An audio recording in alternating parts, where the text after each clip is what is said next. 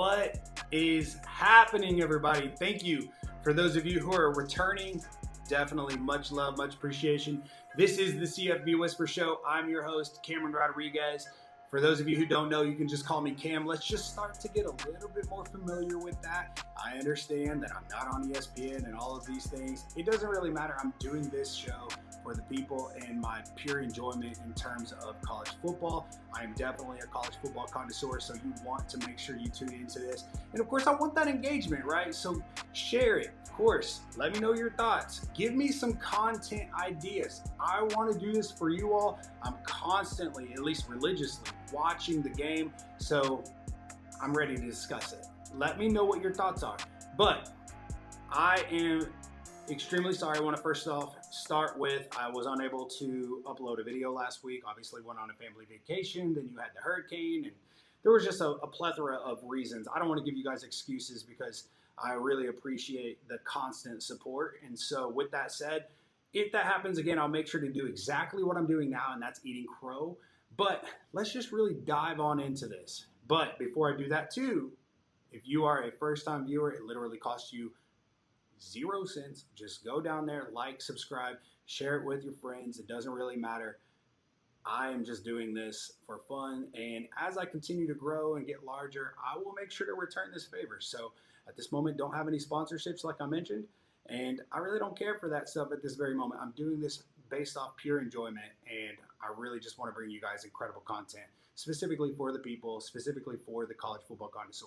Now, if you have tuned into the show, you understand what's the play. That is a segment that I have essentially launched from the very beginning. What that means is I like to give you all, as a viewer, a first-hand perspective as to what it is we're going to be discussing, and of course, what's on the docket. And what's on the docket for today's show is not really recapping all of Week 8. We will recap several things, as you can see here on the screen. We are going to be recapping specifically the Tennessee and Alabama game, and then, of course, what did he just say? That's going to be something new that we're actually going to be rolling out, because that's something really important. If you actually listen to what these coaches are saying, pre-game, post-game, it kind of gives you an idea as to how the game is going to play out and then whether that met their expectations or not.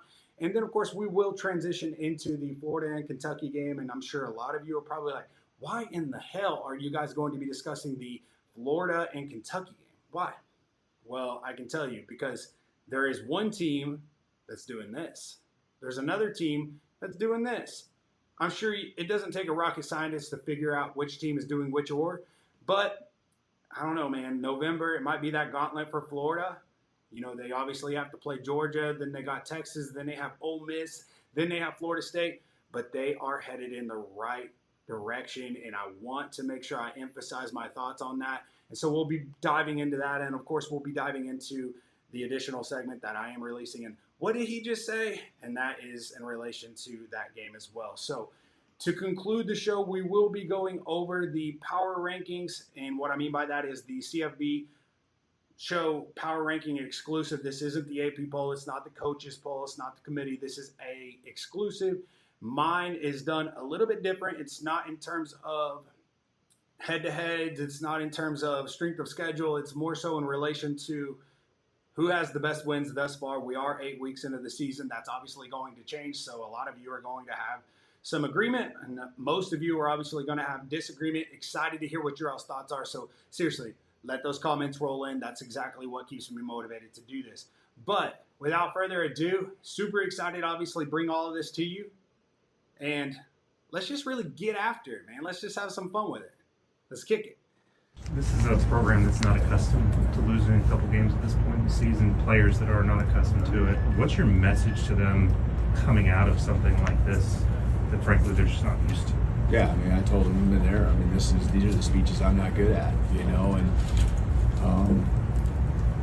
you know, there's inward, you know, that you got to look inward first and make sure, you know, that everything you're doing is right, and then, you know, anyone that you sense that that has any type of questioning, you got to make sure you bring them with. And the thing I know that with our guys, there's enough that know exactly what you're talking about to where it eats at them, and we got to continue to mesh the vets with the new guys, the ones that need to continue to understand what this program stands for and what it's all about. So check me out. What did we just listen to? This guy, supposedly the guru of a successor coming in, following in from Nick Saban, that legacy that he had left behind. Like, first of all, I don't really know if there's a coach, at least to my knowledge at this moment, who can come in and replace what Nick Saban's done. Nick Saban's had success everywhere he's been. Of course, Kalen DeBoer's obviously had success everywhere he's been as well. But Kalen DeBoer's not familiar with SEC football. Let's just be real. Let's just be honest about this. So I actually find it comical because he's coming in and he's saying, okay, so these younger players, they're not accustomed to the tradition. Bro, listen, they are accustomed to winning football in general. A lot of these players that go to Alabama are accustomed to winning altogether. They are 4, 5-star recruits coming out of high school. They're big fish in small ponds. And in some cases, they're just big fish in big ponds. They want to win games. That's the reason why they went to Alabama. Let's just be real about that. Let's just be real. It really does come down to coaching. It comes down to putting your players in a position to actually win the game. And the only thing I see with Alabama, to be real, is Williams, Jalen Milroe. Extremely predictable. I don't know, man. This is really unprofessional of me to really take these pauses to break this down. But here's my deal with Alabama. We're not used to seeing an Alabama defense be what we've seen thus far. I'm used to seeing Alabama defenses be in your face. I'm used to seeing Alabama defenses just dominating the pass rush, the rush in general. Like, you cannot move the ball on Alabama. That's just what I'm accustomed to seeing. That's been like 15, 20, 30 years. Like, let's just be honest. It was even prehistoric Nick Saban days. That's just the way Alabama football has always been, dating all the way back, even prehistoric early 90s and before. That's just how it's been. Nick Saban didn't come in and all of a sudden just change Alabama football. Yes, they went through a slump, but then Nick Saban came in and he did his thing, and then all of a sudden he brought Alabama football back to relevancy. That's just the way it is. Now all of a sudden you have Tennessee fans and Heupel and everybody thinking that Tennessee is on their way back, when in reality, Tennessee's not a good team. They're just not a good team. They have a good defense. They're just not a good team. Now, that's not saying that Nico can't take that next step, because I do believe Nico can take that next step. As you can see on the screen, he's passed for over 1,400 yards. He has 8 touchdowns, 4 interceptions, but he has a QBR rating of 59.5. Now, he is a redshirt freshman. He sat behind Joe Milton last year. I personally thought that Nico Iamaleava was going to be further along within his development than he is now. It's almost like I'm watching a better version of Joe Milton. Slightly. Un poquito, right? Like, very little. He's honestly not really that much better. It's really bringing me the thought of questioning whether or not Nico is actually being developed the way that he needs to be developed under Heupel. Now, do I think Heupel has the brain to obviously put together some plays, create some mismatches, and put his players in a good position? Yeah, obviously. Nico's obviously also not holding his end of the bargain. If you look at this Alabama game, I believe he had, 4 to 5 passes that were overthrown that could have easily separated this game from the very get-go in the first half perspective. Like, that's just the way that works. But here's my thought on Nico and this Tennessee team. Yo, your luck. And I don't want to sound like a hater. I don't want to sound like I'm anti-Tennessee, because this is a college football podcast. This is a college football show. Tennessee is not a good football program in terms of their offense. They are a good football program. They're recruiting at an extremely high level right now. Now, granted, they have to put pen to paper. So we're going to see how that folds.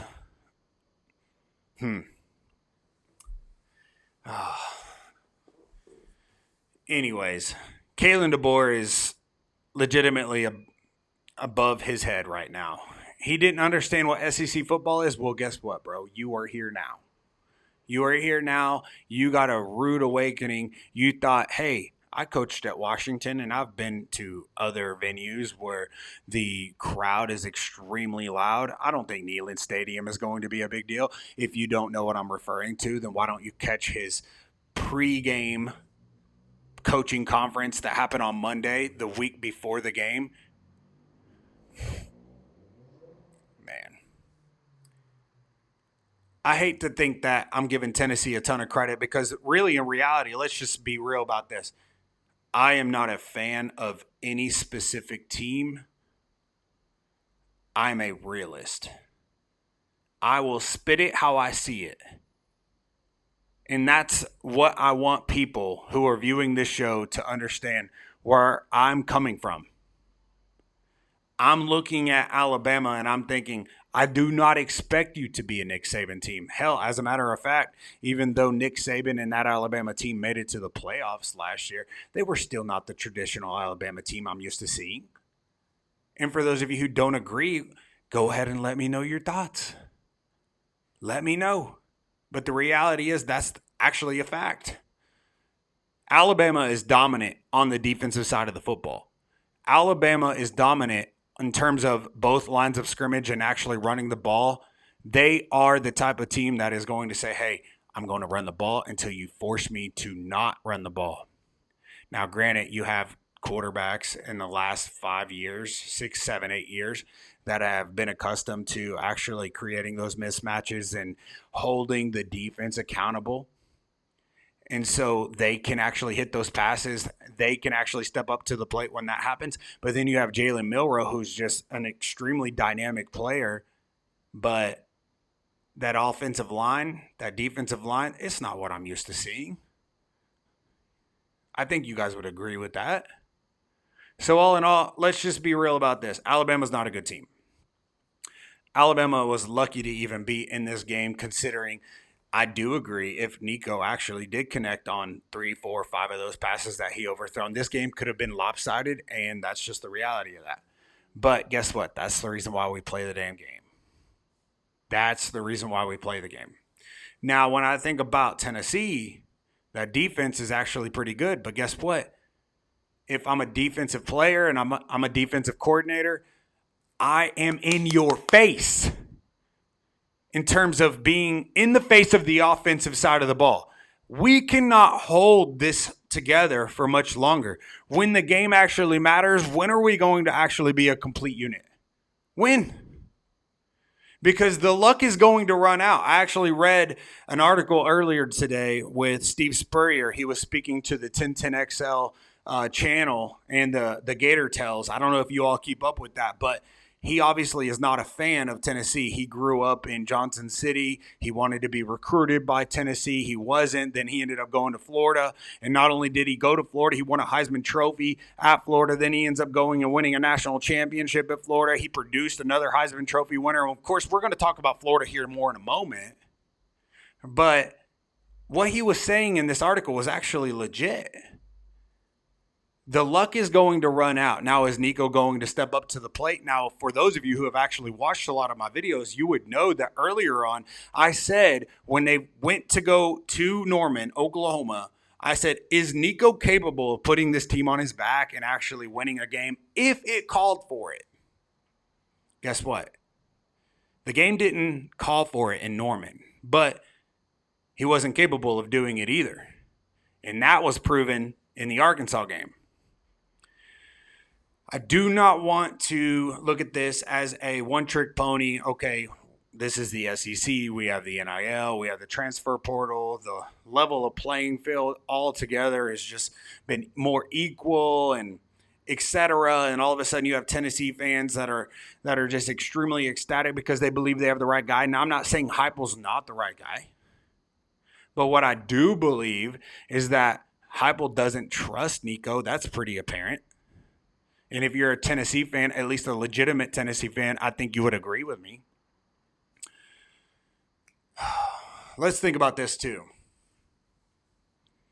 If you didn't have Samson on that team, because it's not like the offensive line for Tennessee is actually doing incredible things. It's not like they're actually opening up massive holes that 18-wheelers can run through. Samson is just an animal. He's a difference maker. You hand the ball to him, you allow the offense to actually open up in the way that you want it to open up, which is what we assumed that was actually the case when it comes to a high ball offense anyways. You utilize the run to open up the pass. And then it's almost as if Heupel forgets about that for the majority of the games that he's playing in. And then all of a sudden he puts all of this pressure on Nico. Nico ends up making these mistakes. That offensive line's not protecting him. I mean, Nico is getting absolutely demolished. There's a reason why he got hurt and then he came back. Who the fuck does Tennessee have behind Nico? Excuse my language. I have to spit it how I see it. Who? I mean, the backup comes in and immediately does nothing. He throws one or two plays, hands the ball off, and then all of a sudden Nico comes back. Is because Tennessee doesn't have anybody. That's a fact. Tennessee has people in terms of like the recruiting cycle. They have the number one, or I don't want to say he's the number one, but he's at least a 5-star quarterback coming out of the next year's recruiting cycle. So at least they'll have some depth at that point if he ends up actually putting ink to paper. But the reality is that the only reason why Tennessee is winning a lot of the games is based off sheer luck. And I don't want to upset Tennessee fans because, again, this is a college football podcast. I mean, I support everybody, but I, again, am going to spit it how I see it. Tennessee is skating by sheer luck. To be real, they should have actually had a massive lead against Alabama going into halftime, and then obviously this game shouldn't have been close. But if you are a realistic Tennessee fan, you also know that Florida game, y'all should have lost that game. That game shouldn't have been close. You know that game was 21-24, and other than that Pierce fumble where he forced Mertz to actually fumble it on the 1-yard line, that's the only thing Tennessee did to actually say, hey, look, that was one thing that we did positively. And I'm not saying negatively, towards the end of the game, Tennessee's defense ended up showing up towards the end of that game when it mattered the most. But to reiterate, that shouldn't have been the case. If you're a Tennessee fan, you're puckered in your butthole right now because you know that game should have been out of reach by halftime. It was a ton of coaching errors by Billy Napier and that coaching staff that actually kept Tennessee in that game. I guess what I'm saying is I'm curious how much longer this luck for Tennessee actually stays where it's at. Very curious. Not really sure if that's going to continue, especially when the games start to matter the most. But for now, I understand all that matters is +1 on the scoreboard at the end of the day, and Tennessee's obviously finding a way. And guess what? They're 6-1. They beat Alabama. They beat Florida. That is what it is. I don't have any hard feelings towards any of that. But I don't want the narrative for this Tennessee football team to be that they are this incredible team when in reality they have a lot to work on. Now, in terms of Alabama has much more to work on. So much more to work on. I can talk about Alabama all day, to be real, but Alabama is just simply not a good football team. Defensively, both lines of scrimmage, even though they were causing havoc on Nico all day, this game is just one of those games that it just happened to be where it falls in Tennessee's favor. I just can't say it would be the same case if it was in Alabama. I've seen how Nico's performed on the road. Now, granted, a lot of these games don't come down to how Nico performs because he's obviously, in my opinion, average to below average at this point. He needs some severe development. But I've seen him how he performs on the road, and NC State wasn't a good sign. Just wasn't. Nico, what did he throw? 2 interceptions in that game. And then in the Florida game, he threw 1 interception. Now, granted, that was a good play by the defense in Florida because they obviously dropped back into a zone coverage when he thought they were in man initially. And if you don't know your differences in terms of schemes, then you know what I'm talking about. Because they did that. It was a great disguise, and they caught him off guard. He did his thing. He did a pre-snap read. He knew exactly where he was going before the play even snapped, and then he decided to not actually go through his reads, and he stayed strong with the decision he made before that. Now, granted, I don't want to talk about this Tennessee-Florida game because we're talking about Tennessee-Alabama right now, but at the end of the day, Tennessee should have 2 losses if it wasn't for a coaching breakdown at Florida, which is arguably the reason why Billy Napier's on his way out. It's not because he can't recruit well. It's not because they don't have talent. It's not because they don't have any of the athletes. I don't know if y'all watched the same game with that Tennessee-Florida game, but it looked like Florida was completely outplaying Tennessee. It looked like Florida had much better athletes. It looked like Florida had a much better scheme. Now, I know this isn't going to sit well with a lot of you Tennessee fans because you guys are used to seeing or at least thinking that you have the better team, and that's okay, and y'all end up always finding a way to lose. But in this case, you found a way to win, and that's awesome. Good for you all. You guys are sitting at 6-1 with a 35% chance of actually hitting or at least making the college football playoffs. Like, that's incredible. But if Nico doesn't make any more improvement, at least a significant improvement in my mind, how much longer will this take? Because his defense can't hold up. You go against a team that's actually going to play complete football, offense, defense, special teams. What's going to happen with Tennessee if you guys can't produce any points? This defense is eventually going to fold. And if it doesn't, good for you. Because part of the game is sheer luck. And that's what's been happening, in my opinion, in terms of the Tennessee program so far this year. When is it going to run out? Maybe it runs out before the season actually ends, and then all of a sudden you guys figure things out before you go into the playoffs. That's best case scenario. But in my opinion, it's just hard to tell because I don't think that Nico's being developed. I don't think Nico actually understands the speed of the game, and that's pretty evident. And unless Heupel all of a sudden decides to actually roll him out and utilize him in the run game, get him more comfortable, do those quick to short intermediate passes, I don't think that Tennessee's going to make it far. I actually think that there are a couple of more losses on this team, on this record at this moment than a lot of Tennessee fans want to anticipate. Now, here's another thing, and I'm going to leave it at this, and then we're going to move on. I don't think beating Alabama is something to celebrate. Alabama just lost to Vanderbilt. Now, I'm not saying Vanderbilt's a bad team because obviously they got things clicking over there and they're doing what they got to do. But guess what? Vanderbilt's playing complete football. They're playing football on offense, defense, special teams. They're doing their thing. Now, here's the reality of Tennessee football, in my opinion. Is it going to click soon? Because if it doesn't, I would hate to see all these Tennessee fans be as hyped as they are at this very moment. And then all of a sudden, when it comes down to something that actually has some sort of implication on the line, whether that be an SEC championship, say they make it, by sheer luck again, because the defense is obviously able to get them there, but that offense isn't going to get them over the hump. If it happens in the playoffs, they might just lose in the first round. Honestly, I have several teams that could legitimately put Tennessee down if Heupel and this offense don't get things clicking soon. Now, I know it sounds like that I'm putting Tennessee down in a lot of ways, but at the end of the day, like Tennessee is just, they're scaping by. +1. Great defense, no offense. Is that sustainable? I guess we'll see. That's just the reality of that. So, Alabama, I don't know, man. DeBoer might be above his head. I mean, I'm scratching my own head right now in terms of Alabama. I really don't care what Alabama looks like at this very moment. They've been so dominant for so long that if they find a way to win, that's just typical Alabama. And I do believe that they'll find their way. They still have a, 32% chance of actually making the playoffs despite having 2 losses. So we'll see what happens with that. But they also have to play LSU. They have to play Auburn. It doesn't really matter what Auburn's record is at the end of the day. We all know that that's always a good game.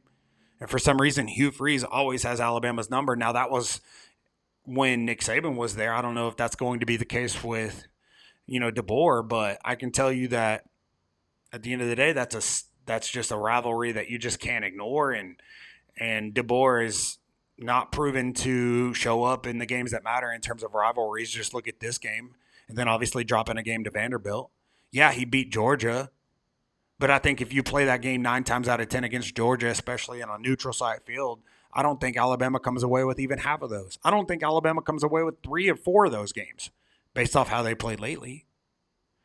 So there's a lot that goes into this Tennessee team that I'm going to need to see in order for me to actually buy into it. I was a big proponent for this Tennessee squad earlier in the year. That defense was absolutely incredible. I thought Nico would probably develop a little bit more as the season continued, but it looks like he's staying mid to average or slightly below average in my opinion, and I just don't think that that's sustainable. So we'll see what happens as the year continues to progress. Tennessee obviously has a little bit of a lighter schedule. They do have to play Kentucky, which Kentucky does have the number 3 team in terms of overall defense in the country. So we'll see what happens with that. And Alabama's not even close to that. I'm curious. Now, granted, don't get it twisted because you might think, okay, Florida beat Kentucky this past weekend 48-20, and all of a sudden because Tennessee beat Florida, all of a sudden you think that you can beat Kentucky in the same way, but that game was at home. I don't really know. I got to double check. I got to see where this game's at. Is Tennessee playing Kentucky in Kentucky, or are they playing, Kentucky at home? I don't know, but there's a lot that's going to weigh on that. Now, granted, Nico did say at the beginning of the year that he would much rather play an away game because he just likes that competitive atmosphere and he likes to essentially send the fans home sad because that's just how that goes. And if you don't know what I'm referring to, then you're obviously not following Tennessee football. But Nico hasn't really performed well, not just on the road, but even at home. So a lot of it's going to depend on what is this coaching staff going to do to get him more comfortable earlier on in the game.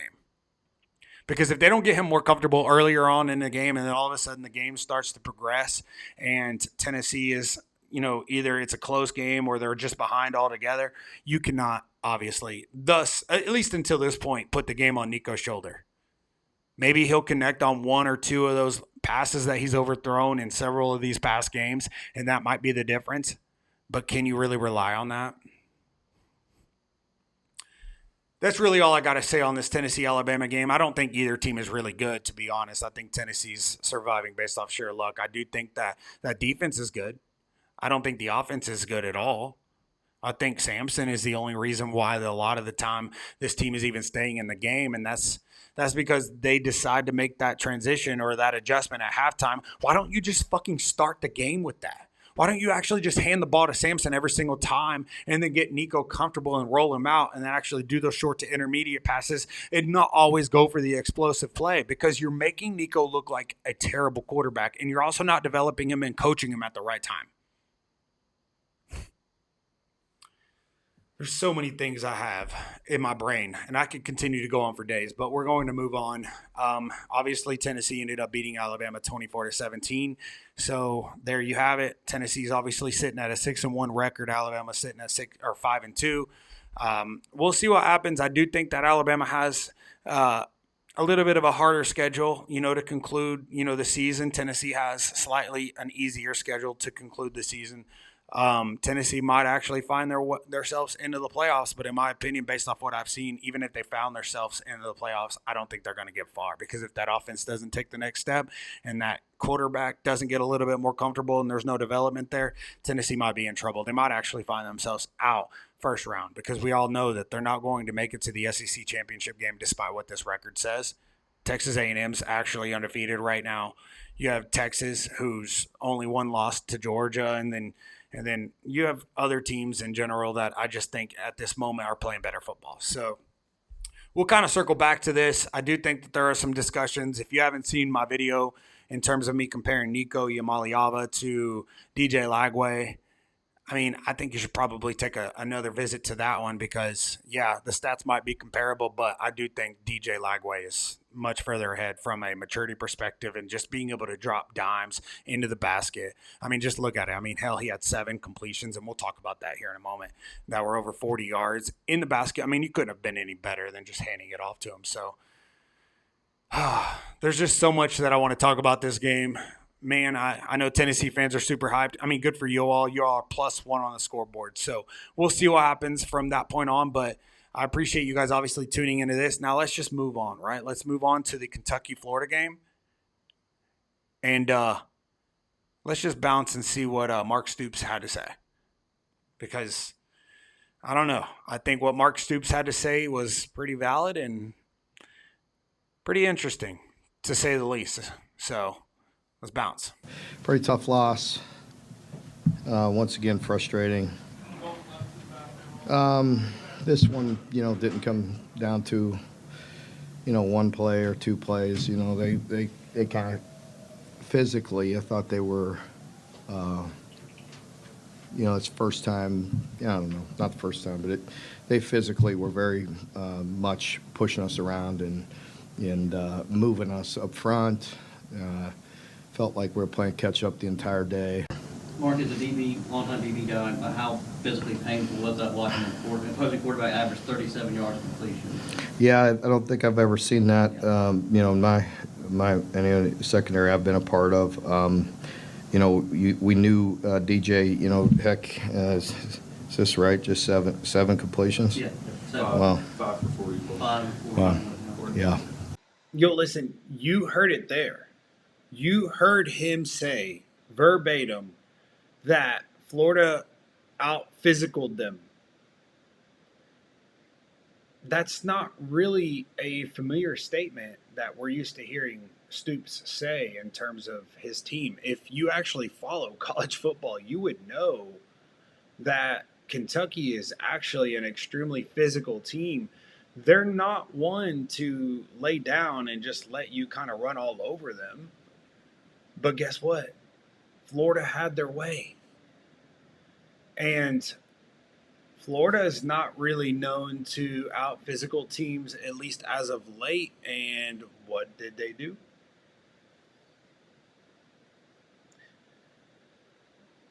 They out-physicaled Kentucky. Now, this comes as a shock to me because this didn't really be something I was expecting necessarily, but I also know based off the post-game press conference that I just played for y'all momentarily right before I was speaking on this, that it wasn't something he expected either. Now, Florida has been on a 30-game winning streak against Kentucky, and then that got snapped during the Dan Mullen era, and everybody thought, oh, Dan Mullen's not the guy. How do you lose to a team that you haven't lost to in 30-plus years? Now, granted, I'm going to tell y'all firsthand, I'm 32 years old. And I didn't expect to see it. I haven't seen it my entire life up until recently. Now, guess what? All of a sudden, Kentucky's on a 3-game winning streak. Kudos to Stoops and that staff. I mean, he's literally living the gravy life. He's over there winning 8 to 10 games a year, making millions, and they don't expect anything more. But, excuse me, I'll digress. That's at least until recently. Now, all of a sudden, Stoops has to own up to the losses that he has as if Kentucky's been a powerhouse for a long time. Here's my thing on Stoops. You can clearly tell in that post-game press conference that he is extremely burnt out. The guy doesn't really want to do this anymore. Now, I don't know if he doesn't want to do it anymore in relation to Kentucky or if he doesn't want to do it anymore in relation to just coaching altogether. But I can tell you firsthand that that was a big loss for him. That was an expected win for that fan base, for that program. They've 100% dominated Florida for the longest time, at least, like I mentioned, the last 3 years. So that was a big hit. I had taken some time. I was listening to some other fan, post-game reaction videos, and I was taking it in, and I heard a lot of people say, you know what, they made the drive from Lexington, Kentucky, all the way down to Gainesville, Florida. They anticipated it being a closer game, especially considering Kentucky had the number 3 overall defense in the entire country, and they obviously have a ton of first, second, and third round draft picks on the defensive side of the ball, specifically that defensive tackle. Y'all know who I'm talking about. He made some plays, but it wasn't what we were expecting, right? Florida had their way with this game. Literally, they could have done anything they wanted to in this game, and they did. Now, what does this say about Florida?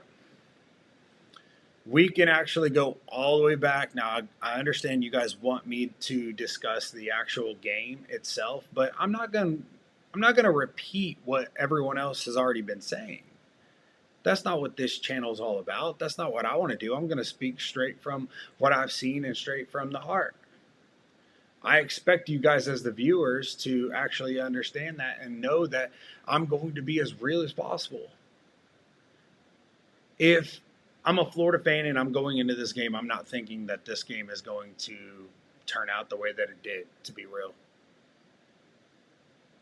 I totally anticipated DJ Lagway. Granted, he is a 5-star quarterback. Granted, he did do well, in his first start, that first week of practice, having first-team reps going into the Sanford game. And then he obviously blew up the scoreboard and then broke some records. And then he had his trials and tribulations against Texas and A&M. And after that, obviously, Graham Mertz came back and Graham Mertz was starting to catch a rhythm, a groove. And don't get me started on this whole Morgan Wallen concept that was happening in Neyland Stadium where they had resoiled the turf, and they believe that may have contributed to the ACL tear, not just for Graham Mertz, but for their linebacker at Tennessee. Here's the thing. DJ Lagway came in that Tennessee game. He did his thing, man. Like, you have, what, under a minute left in that Tennessee game. You're down by 7. Hostile environment, 102,000 fans. Nobody expects Florida to be doing anything because Tennessee has that elite defense. And then all of a sudden, Graham Mertz comes out of nowhere. Excuse me, not Graham Mertz. What am I thinking? Here I am just losing my mind. DJ Lagway comes out of nowhere. Leads the team down. Well, he had 2 or 3 drives beforehand where it had meant nothing. Essentially, they had punted the ball. I think there was like 4 minutes left, and Florida had to punt the ball in that Tennessee game, and then they punted.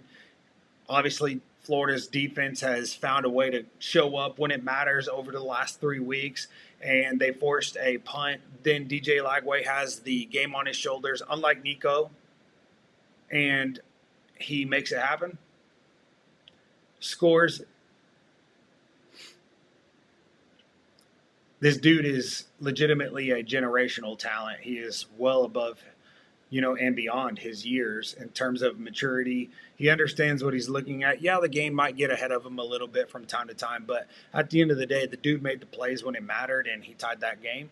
Now, Tennessee did a good job in terms of like dialing up that pressure and overtime, and obviously they ended up winning the game because, just like what I was mentioning a moment ago in terms of Tennessee's defense, that luck is eventually going to run out for Tennessee.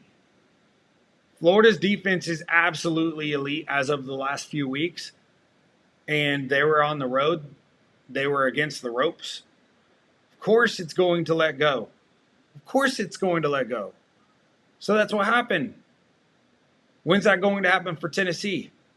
Now, granted, you can obviously tell I'm very passionate about what's going to happen in terms of Tennessee. And then obviously Florida ended up being put against the ropes, and they lost that game against Tennessee, but then they ended up bouncing back. No, they had the opportunity to obviously lay down going into this Kentucky game. Who in the hell gets up for Kentucky? Now, granted, Florida should have, like they did, because they were on a 3-game losing streak, like I've mentioned multiple times already.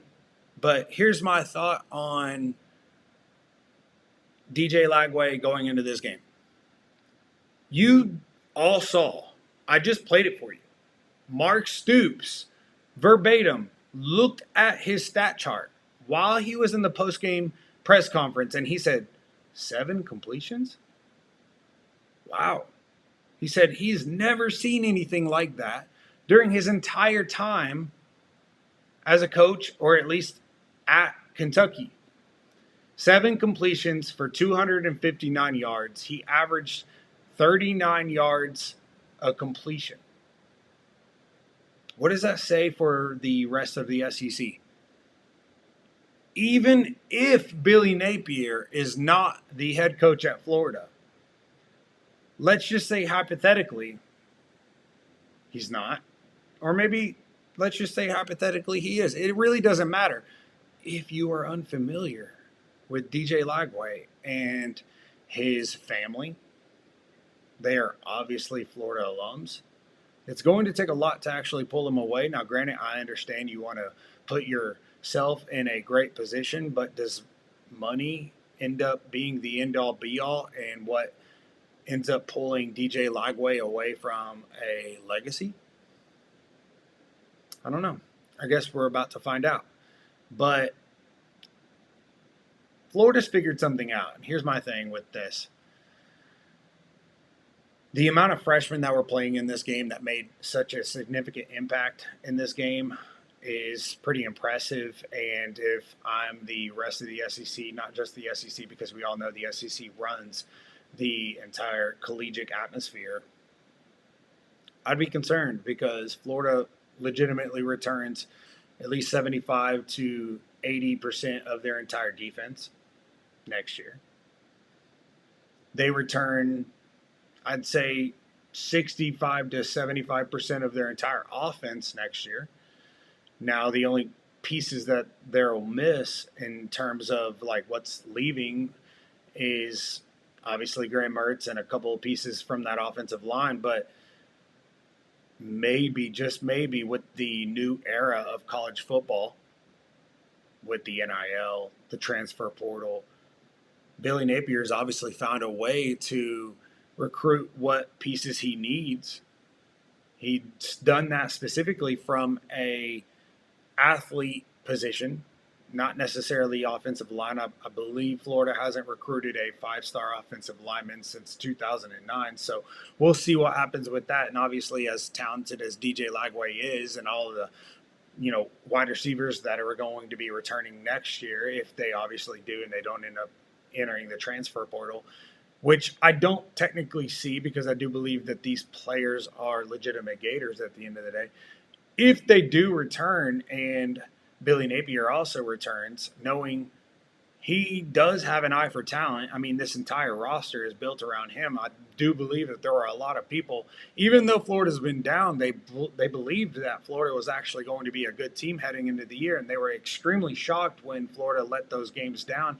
But if you actually take a step back, look at it from a logical perspective, the 3 games that Florida has lost, Texas A&M, 1 loss. Opening week, Notre Dame has 1 loss.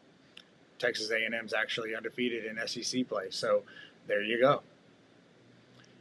Miami, don't know why I started with them because that was actually the first loss, so my bad on that. But Miami, undefeated. Now, granted, Miami is actually begging for a loss with the types of games that they've been playing lately. Super close. They can obviously score on offense, but the defense looks a little skeptical, suspicious. Like, people are actually scoring on that defense. So we'll see. I don't know exactly what to make of Miami right now. I mean, they obviously have that DNA to where it doesn't matter how close the game is. They're going to win the game. They're finding a way to win each game, even if they're behind by 28 points. I'm referencing that California game, which to me, honestly, I turned that off. I thought that was an automatic win for California, but good job to, that coaching staff, first of all, and then obviously Cam Ward saying, that's not going to happen. We're going to win this game. And they did. So good job for them. I don't know what game they're going to lose. Maybe the Clemson game. They obviously don't have Clemson on their schedule this year. So we'll see what happens. Maybe they'll meet up in the ACC championship, knowing that it is no longer divisionalized, just like the SEC. So they might meet up at that point. But, hey, that's neither here or there. We're going to figure that out when that time comes. If they do, though, Clemson's actually playing some pretty hot ball right now. That'll be a really good game. Clemson's also playing defense. So that's something Miami is yet to actually encounter, a team that's playing and clicking on all cylinders. But I don't want to be the kind of person that's saying, hey, that's the ACC, right? Because this is a college football podcast. We're going to talk about all games. Now, granted, whether you agree with what I'm saying or you don't, at the end of the day, it is what it is. The ACC is not anything in comparison to the SEC, just like the Big Ten. But we're going to talk more about the ACC as we continue. We're going to talk more about the Big Ten. We're going to talk about the Pac-12, 13, 14, whatever the hell you want to call it now, because obviously the conference realignment has confused a bunch of things. My whole thought with this is you have freshmen making impact on this Florida squad, and there's obviously proof that development is actually happening down there in Gainesville. Florida had no business losing that Tennessee game. If you're a Tennessee fan, you're obviously going to disagree with that. Tennessee found a way to win that game. Kudos to you. That's obviously why Florida has a loss on that record. But you know just as well as anyone who follows college football that that shouldn't have happened. But let's just get back to this Kentucky-Florida game. Florida was dialing up everything that they could. And if you were to actually, which I know you can't do this, but if you were to actually disregard that kickoff return that Kentucky had, this game really isn't even close. This game was so far away from being close that Florida fans were extremely happy. Kentucky fans were extremely shocked. All I can say is if you have a true freshman, not a redshirt, a true freshman, who is just doing nothing but progressively getting better and better, and then you combine that with a backfield that is nothing but true freshmen as well, then you combine that with a defense that is nothing full of just sophomores and juniors that will more than likely return despite what that coaching, we'll see what that coaching looks like. But Florida's going to be a dangerous team, and they're catching fire at the right time. So there are a lot of you that's not going to agree with me, but let's just take a look at this. Obviously, they have a bye week. They're going into the Georgia game. Then they'll be playing Texas. Then they'll go LSU at home, Ole Miss, Florida State. If Florida continues to play defense at the elite level that they're playing, which in my opinion, if people want to reference the Tennessee defense, I do believe Florida's defense at this very moment, if you were to compare it in the last 3 weeks, Florida's defense has outperformed Tennessee's defense.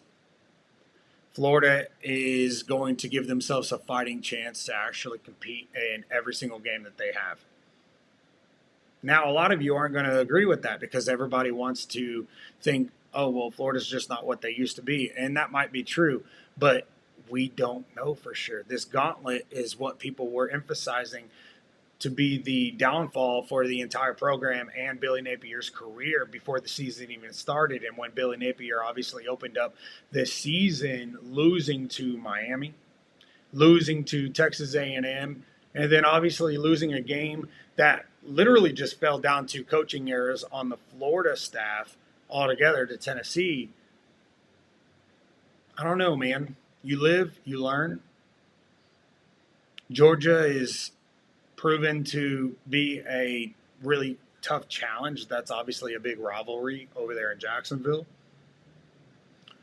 Georgia has obviously put Florida in their place in terms of it looking like a JV squad in comparison to a varsity squad. We'll see what happens in 2 weeks. I mean, we already know what happened when Florida took one bye week. They made a massive jump. Can they make another? And if so, where does that come from?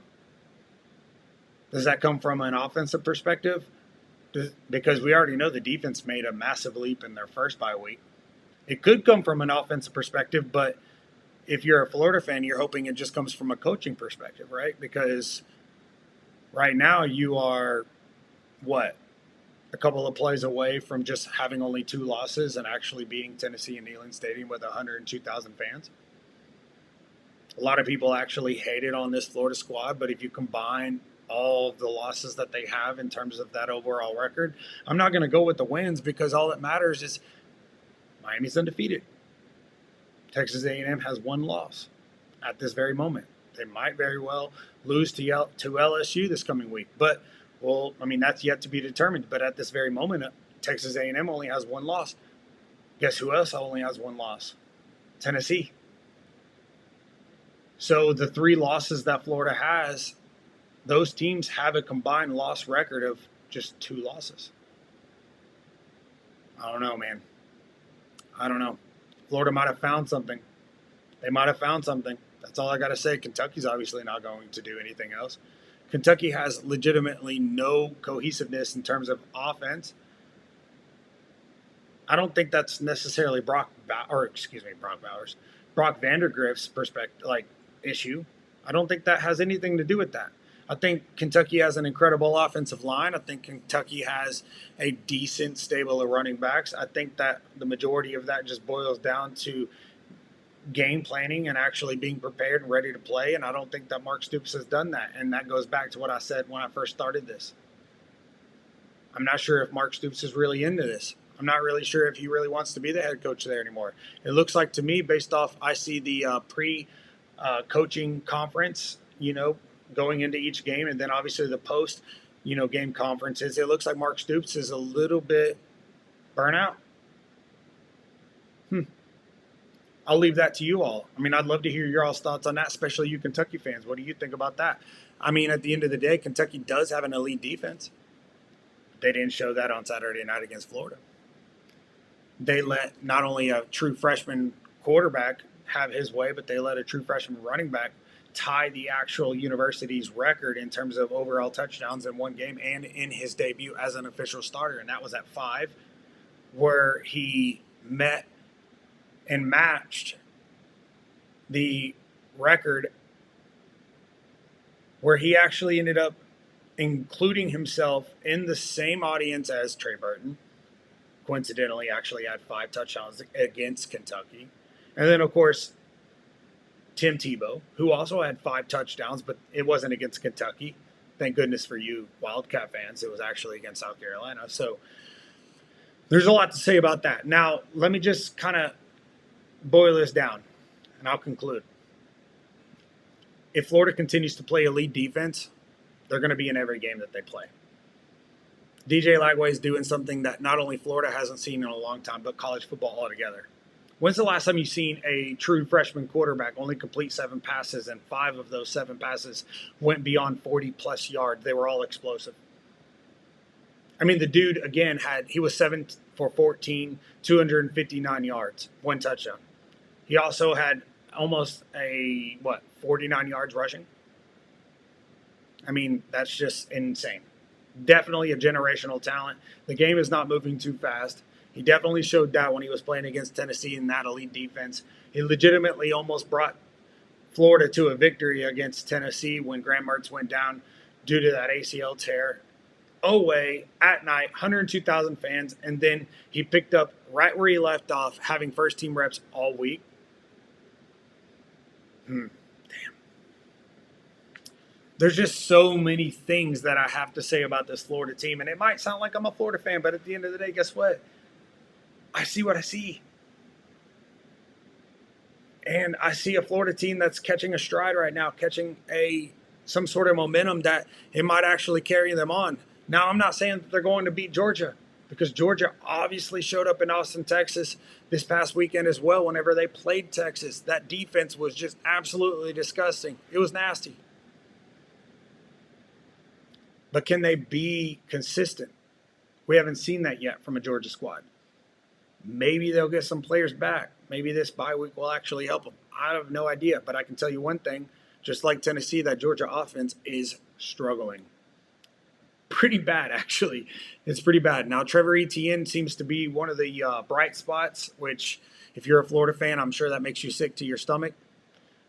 But after watching Jaden Ball, true freshman, rush for 5 touchdowns against the number 3 defense in the entire country, I'm sure you're just probably just brushing that off the shoulder like, ain't a thing.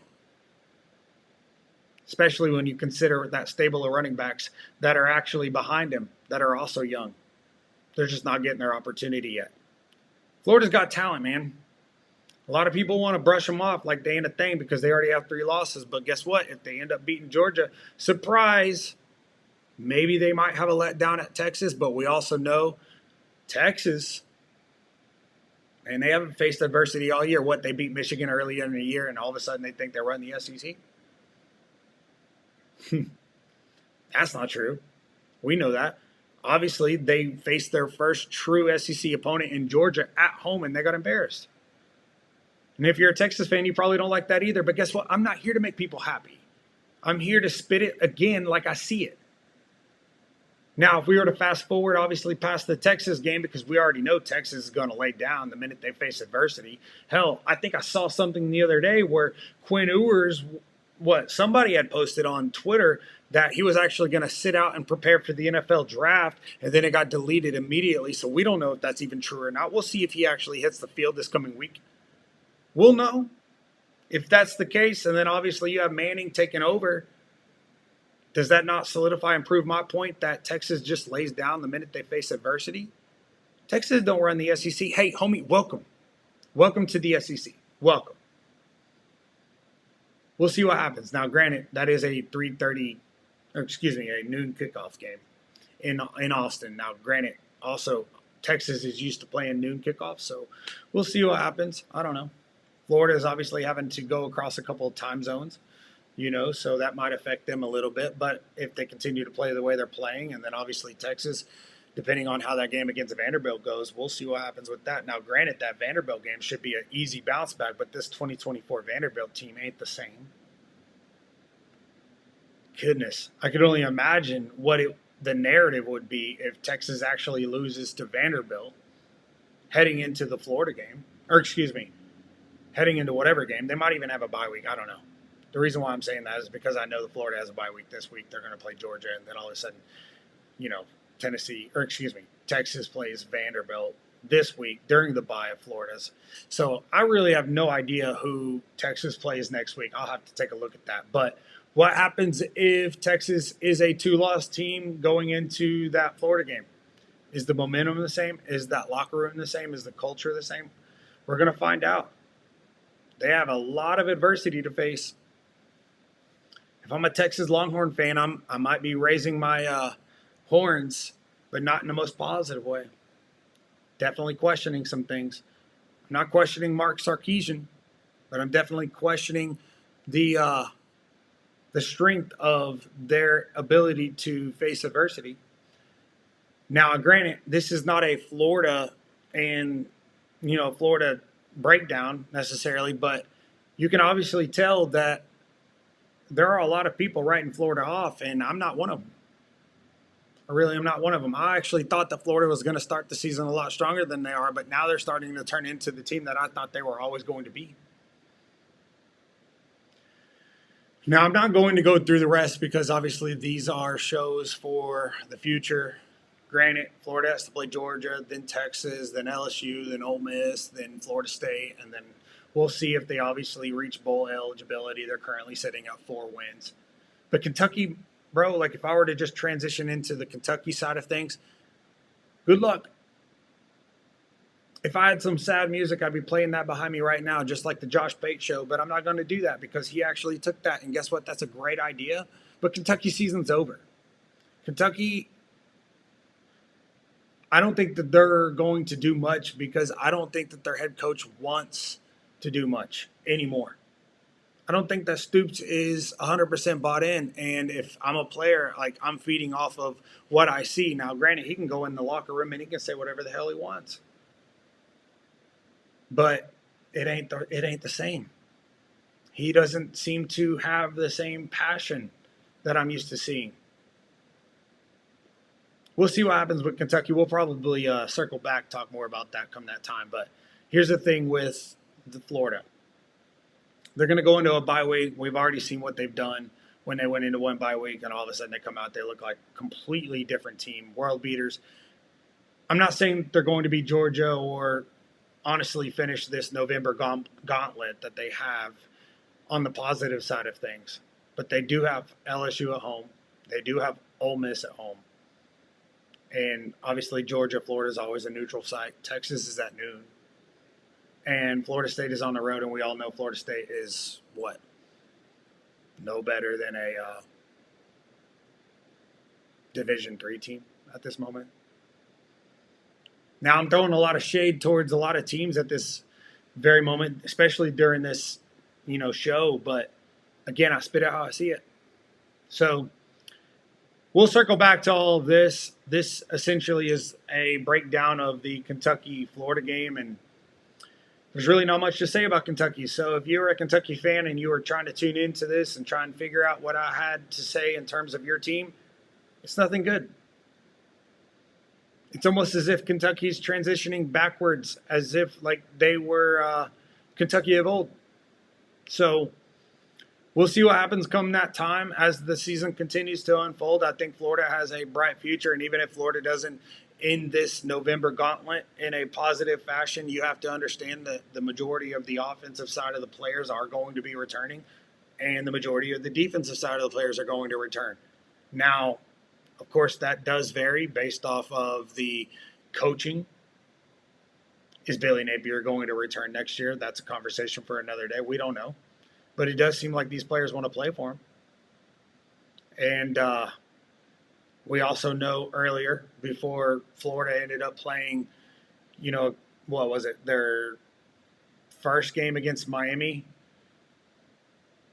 their athletic director came out and he said, hey, Billy Napier's here to stay for a while. So we'll see. I don't know. There's some narrative that he's already gone and he's just coaching for now and he'll be gone before we know it. It's already a predetermined decision.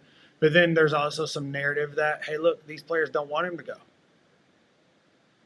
Damn, this is so much fun. I have so much fun doing this with y'all. So I appreciate you guys obviously tuning in for this. But we're going to go ahead and move into the power rankings that I have for the CFB Whispers show. Again, I'll break down what those power rankings are, exactly how we come up with the rankings that we have. This isn't the AP poll, the coaches poll, the committee. This is a CFB Whispers show exclusive, and I'm excited to really dive on into that. So if you guys are a Florida fan, if you are a Kentucky fan, despite me not having really many nice things to say, just go ahead and go down there. Just a friendly reminder for now, like, subscribe, share this video. Obviously, it doesn't cost you a dime. Appreciate the support. This is something I'm doing obviously on my own and for a lot of personal reasons and just to have fun with it. I don't have any sponsorships, but if you guys obviously want to sponsor me, just go ahead and shoot me an email. You know how you can reach me. This is we talk ball at cfbwhispers.com. So excited to obviously discuss potential partnerships in the future. But this is something that we're going to be doing moving forward, and I'm excited to continue to bring you guys great content. If you guys have a team or a topic or anything in relation to that you want me to discuss, let me know. Let's have some fun with this. But for now, let's go ahead and dive on in to the CFB Whispers Power Ranking exclusive. We're going to have fun with it. Appreciate you guys. Let's do it.